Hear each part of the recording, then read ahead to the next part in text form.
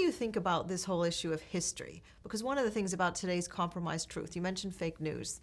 I've been looking more generally at compromised truth, and one of the questions that comes up is today's compromised truth is tomorrow's distorted memory and distorted history.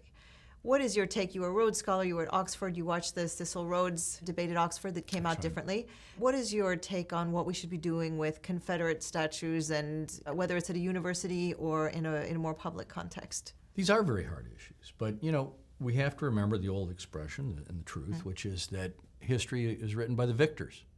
And so a lot of times history and what's commemorated and what's taken as truth is not always accurate.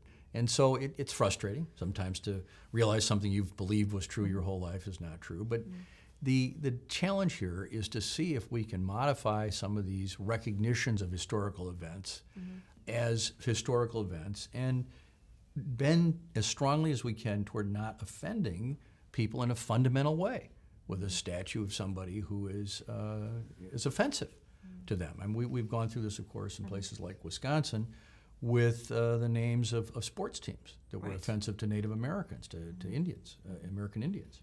So, people think, oh, this is terrible, how are we going to get to it? Well, once you change a name or remove the statue, everybody sort of calms down, because the goal here isn't to erase history.